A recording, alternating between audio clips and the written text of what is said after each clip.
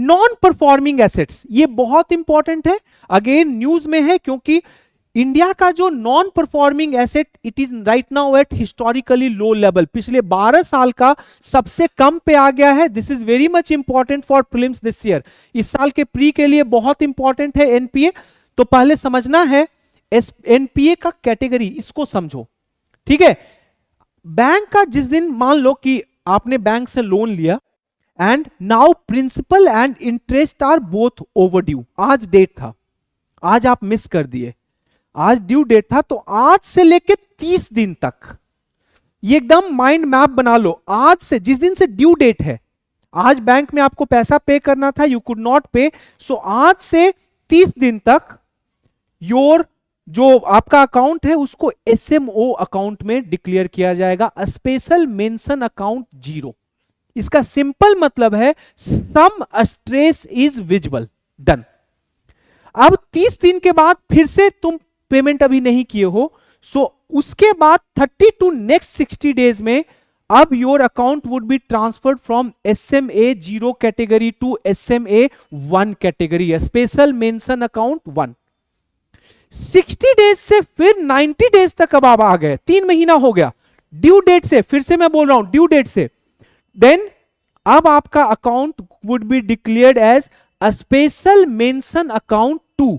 लेकिन यहां पे अभी तक your asset is not non performing, it would still be classified as standard assets. समझ गए?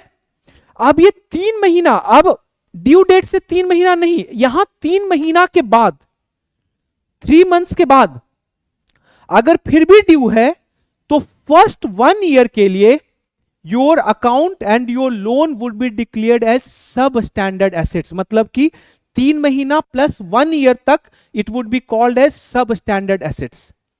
आफ्टर 15 मंथ्स, इसके बाद भी अगर आपने पैसा नहीं दिया, so plus 1 year and more, अगर 1 साल से ज्यादा तुम्हारा कोई अकाउंट सब स्टैंडर्ड एसेट में है, so this would be now called as doubtful assets, and ultimately doubtful assets later become loss assets when banks realize that the money that it has given cannot be recovered back from you। समझ में आ रहा है? समझ में आया? तो ये ध्यान में रखेंगे, बहुत इंपॉर्टेंट इस बार है, क्योंकि इकोनॉमिक सर्वे का चैप्टर 2 में जब स्टार्ट ही करोगे तो इंट्रोडक्शन में ही ये दिया हुआ है कि Indian banks have achieved really a good level of NPA, good level in the sense historically lowest level of NPA. हमारा एनपीए का पिछले 12 साल का जो सबसे लोएस्ट लेवल पे हम लोग पहुंच चुके हैं। Keep that in your mind. Another important concept which you need to keep in your mind while doing NPA, कि what is the difference between gross NPA and net NPA. So net NPA is equal to gross NPA में से provisioning जो आपने बनाया है इस loss को सहने के लिए, उसको अगर आप हटा दोगे, ग्रॉस एनपीए 100 रुपए का हुआ, अगर आपने प्रोविजन 20 रुपए का बनाया हुआ था कि कल जाके ये रिस्क, तो net NPA would be 80 rupees. GNPA minus provisioning made is equal to net NPA. कोई दिक्कत? क्लियर है?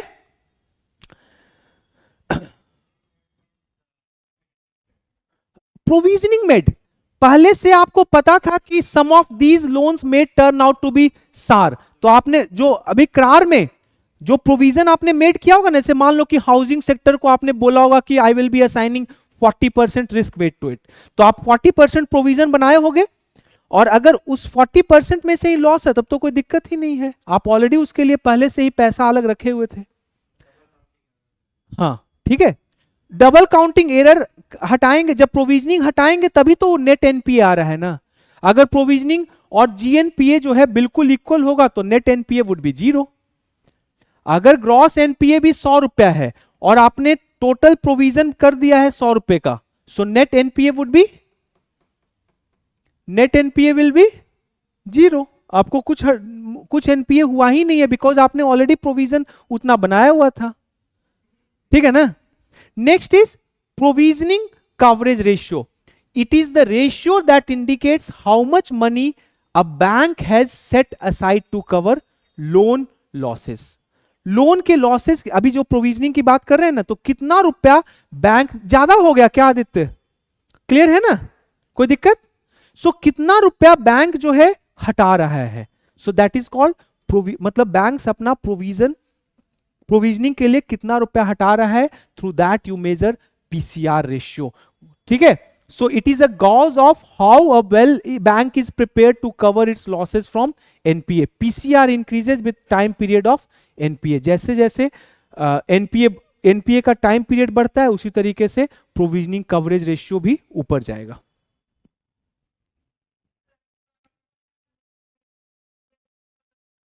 नेट एनपीए जीरो नहीं होगा बाबू, मैं कुछ और बोल रहा हूं। नेट एनपीए मतलब क्या होता है, अभी तो बताया ना, जीएनपीए बाबू माइनस प्रोविजनिंग में।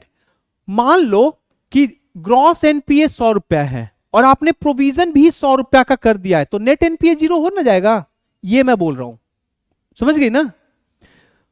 Measures taken to address NPA, क्योंकि टाइम का अभाव था, उतना ज्यादा मैं आज क्लास अब नहीं ले पाता, so that is why banking का सेकंड जो ये है बैड बैंक पूरा इंपॉर्टेंट है इस बार प्री के लिए।